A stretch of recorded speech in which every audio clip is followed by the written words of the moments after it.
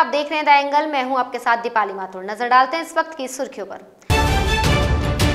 पश्चिम बंगाल की सीएम ममता बनर्जी ने आपदा प्रबंधन की ली समीक्षा बैठक। कहा, तूफान से 1 करोड़ लोग हुए प्रभावित। मुख्यमंत्री चिरंजीवी योजना में 1 करोड़ से अधिक परिवारों ने कराया पंजीयन। सीएम अशोक गहलोत ने कहा, इलाज नहीं करने पर करे शिकायत। भाजपा विधायक राजेंद्र राठौड़ ने किया चूरू मॉडल का शुभारंभ। चयनित कोरोना योद्धा लोगों को करेंगे कोरोना के प्रति जागरूक। औषधि नियंत्रण विभाग ने जयपुर में फर्म पर की कार्रवाई। बिना एमआरपी बेच रहा था ऑक्सीजन कंसंट्रेटर, ऑक्सीजन रेगुलेटर। पश्चिम बंगाल में चक्रवाती तूफान यास से विभिन्न जिलों के लगभग 1 करोड़ लोग प्रभावित हुए हैं। बड़ी संख्या में नदी बांध टूटे हैं और कृषि संपदा और फसल की व्यापक क्षति हुई है। सीएम ममता बनर्जी ने साइक्लोन के बाद आपदा प्रबंधन से जुड़े अधिकारियों के साथ मीटिंग की। मुख्य सचिव आलापन बंदोपाध्याय ने रिपोर्ट सौंपी। सीएम ने जिलाधिकारियों से रिपोर्ट तलब की है। सीएम ममता बनर्जी शुक्रवार को पूर्व मेदिनीपुर के प्रभावित इलाकों का दौरा करेंगी। दिल्ली में लगातार चल रही टीके की कमी को लेकर मुख्यमंत्री अरविंद केजरीवाल ने एक बार फिर केंद्र सरकार को कोसा है। उन्होंने कहा कि स्पुतनिक वी के निर्माता दिल्ली को वैक्सीन सप्लाई करने के लिए तैयार हो गए हैं। केजरीवाल ने बताया, स्पुतनिक वी के निर्माताओं से बातचीत जारी है। वे हमें कोविड-19 रोधी टीके देंगे, लेकिन कितने देंगे इसका फैसला अभी नहीं किया गया है। इस तरह दिल्ली में वैक्सीन संकट काफी हद तक कम हो सकता है। कोरोना के चलते बीजेपी ने केंद्र की सत्ता में अपने 7 साल पूरे करने का जश्न नहीं मनाने का फैसला लिया है। इसकी बजाय पार्टी आलाकमान की ओर से सभी बीजेपी शासित राज्यों को आदेश दिया गया है कि कोरोना प्रभावित लोगों की मदद के लिए योजना तैयार करें। पार्टी कार्यकर्ताओं को 30 मई से लोगों की मदद के लिए अभियान चलाने का आदेश दिया गया है। बीजेपी अध्यक्ष जेपी नड्डा की ओर से तैयार योजनाओं के मुताबिक 30 मई को पार्टी के नेता 1 लाख गाँवों का दौरा करेंगे। एलोपैथ को स्टूपिड साइंस बताने के बाद बाबा रामदेव चिकित्सकों के निशाने पर आ गए। कोई उनकी गिरफ्तारी की मांग कर रहा है तो कोई इसे कोरोना योद्धा चिकित्सकों का अपमान बता रहा है। इस मामले में बाबा रामदेव ने अब एक और बड़ा बयान दे दिया है। उनका कहना है कि किसी का बाप भी रामदेव को गिरफ्तार नहीं कर सकता है। गौरतलब है कि सोशल मीडिया पर इसी विवाद के चलते अरेस्ट बाबा रामदेव ट्रेंड कर रहा था, जिसके जवाब में रामदेव ने ये टिप्पणी दी है। राजस्थान में मुख्यमंत्री चिरंजीवी योजना शुरू हो चुकी है। लोगों ने इस योजना के प्रति खासा उत्साह दिखाया है। मुख्यमंत्री अशोक गहलोत ने चिरंजीवी योजना को लेकर ट्वीट किया है। उन्होंने कहा कि 1 मई से शुरुआत के बाद अभी तक 20,000 से अधिक लोगों को चिरंजीवी योजना के माध्यम से निःशुल्क इलाज मिला है। अभी तक जिन परिवारों ने चिरंजीवी योजना में पंजीकरण नहीं करवाया है वो 31 मई तक अपना पंजीकरण अवश्य करा लें। इससे महज 850 रुपए प्रति वर्ष में 5 लाख तक का कैशलेस इलाज मिलेगा। अभी तक 1 करोड़ 31 लाख परिवार इस योजना में पंजीकरण करवा चुके हैं। 31 मई तक पंजीकरण न करवाने पर योजना का लाभ पाने के लिए 3 महीने का इंतजार करना पड़ेगा। यदि कोई अस्पताल चिरंजीवी योजना से जुड़े होने के बावजूद योजना के अंतर्गत इलाज से मना करें तो 1800-180-6127 पर शिकायत दर्ज कराएं। मुख्यमंत्री अशोक गहलोत ने किसानों के हित में एक बड़ा फैसला लिया है। दीर्घकालीन कृषि सहकारी ऋण पर ब्याज वाली फाइल को मुख्यमंत्री ने मंजूरी दे दी है। सीएम गहलोत ने अनुदान योजना की अवधि को बढ़ाया है। 5% ब्याज अनुदान योजना को 30 जून तक के लिए बढ़ा दिया गया है। इसके लिए 9.25 करोड़ रुपए का अतिरिक्त बजट मंजूर किया है। पहले यह योजना 31 मार्च तक के लिए थी। बेमौसम बरसात से किसानों को नुकसान हुआ था। वहीं कोरोना के चलते किसान योजना का लाभ लेने बैंक नहीं जा सके, इसलिए इस योजना को बढ़ाया गया है। भाजपा प्रदेशाध्यक्ष सतीश पूनिया ने मुख्यमंत्री अशोक गहलोत के एक बयान पर पलटवार किया है। दरअसल कुछ दिनों पहले मुख्यमंत्री अशोक गहलोत ने बयान दिया था कि केंद्र हमें वैक्सीन दे, नहीं तो तीसरी लहर में बच्चों को नहीं बचा पाएंगे। सीएम के इस बयान पर भाजपा प्रदेशाध्यक्ष सतीश पूनिया ने पलटवार किया है। उन्होंने कहा कि मुख्यमंत्री ऐसा बयान देकर अपने गैर जिम्मेदार होने का प्रमाण दे रहे हैं। पूनिया ने कहा कि ऐसा बयान देकर प्रदेश की जनता में घबराहट पैदा किया जा रहा है। मुख्यमंत्री होने के नाते आप भरोसा दिलाते कि स्वास्थ्य सेवाओं को और मजबूत किया जाएगा।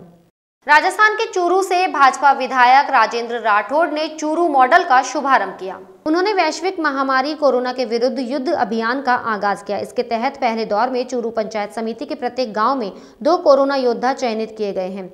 राजेंद्र राठौड़ ने वीसी के माध्यम से 200 कोरोना योद्धाओं को तैयार किया है। उन्होंने कहा कि हमने उनको कोरोना के विरुद्ध कैसे लड़े ये बताया है। उन्होंने कोरोना योद्धाओं को सभी सामग्री उपलब्ध कराई। प्रदेश में सबसे ज्यादा कोरोना संक्रमण की दर चूरू में थी। इसको देखते हुए ये कोरोना योद्धा अपनी थर्मल ग्रंथ से उनका टेम्परेचर लेंगे। कोरोना योद्धा उनकी जांच करेंगे। इसके साथ ये गांव में सोशल डिस्टेंसिंग और मास्क लगाने के लिए लोगों को प्रेरित करेंगे। राजस्थान के किसान नेता रामपाल जाट ने प्रधानमंत्री नरेंद्र मोदी को पत्र लिखा है। उन्होंने दलहन आयात पर पुनः प्रतिबंध लगाने, किसान आंदोलन की मांगों को स्वीकार करने के लिए पत्र लिखा है। उन्होंने कहा कि आप न्यूनतम समर्थन मूल्य को यथावत रखने के लिए निरंतर घोषणा कर दें। उसके उपरांत किसानों का चने का न्यूनतम समर्थन मूल्य मिलना भी दूभर हो गया है। ऐसे में 15 मई को वाणिज्य एवं उद्योग मंत्रालय द्वारा चने उड़द पर आयात प्रतिबंध हटाने से इसके दामों में कमी आई है। उन्होंने प्रधानमंत्री से न्यूनतम समर्थन मूल्य पर खरीद का कानून बनाने को कहा है।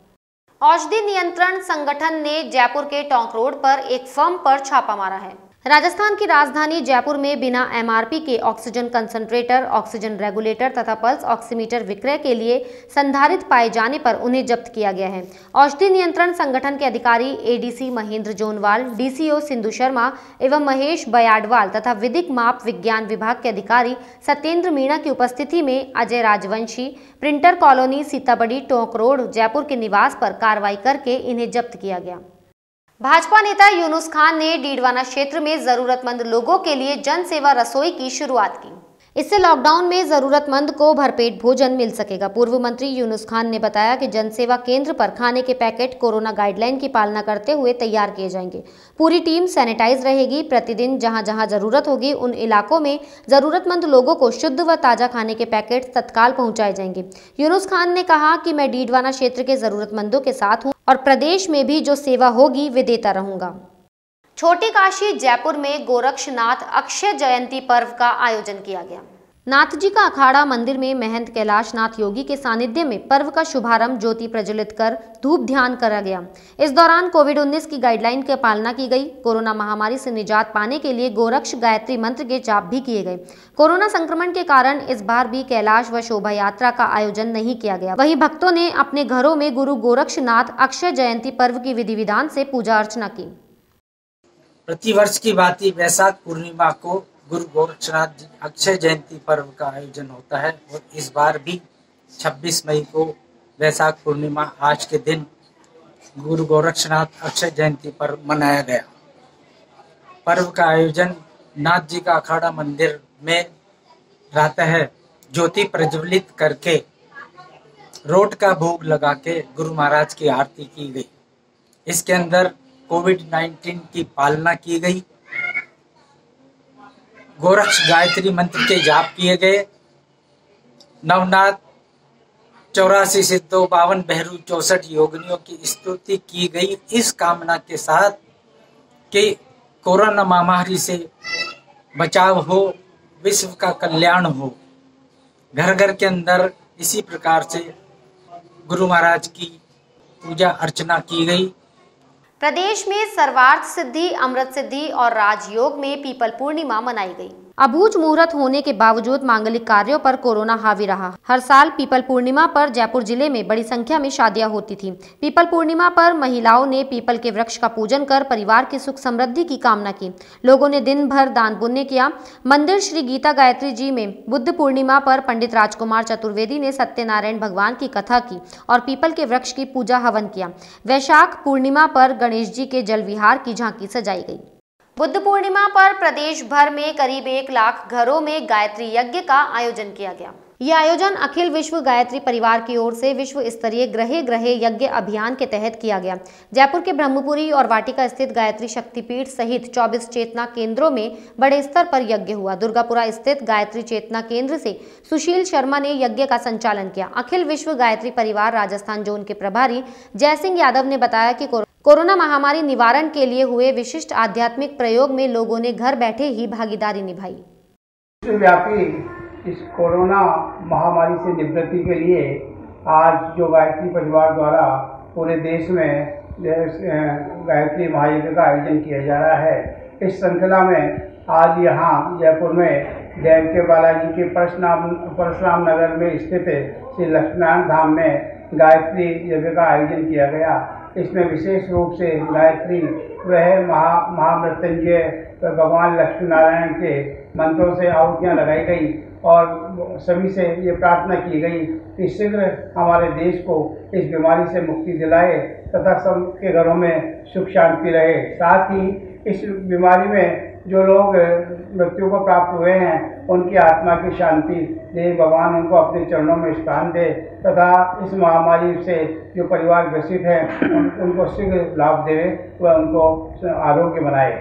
पीपल पूर्णिमा के अवसर पर जयपुर के परकोटे वाले गणेश मंदिर में झांकी सजाई गई। ये झांकी मंदिर महंत अमित शर्मा ने सजाई। कोरोना महामारी को देखते हुए झांकी के समय मंदिर में श्रद्धालु उपस्थित नहीं थे, केवल महंत ही मंदिर में उपस्थित रहे। बुलेटिन में फिलहाल इतना ही। अगर आपको हमारा वीडियो पसंद आया हो तो हमारे चैनल को लाइक, शेयर और सब्सक्राइब जरूर करें।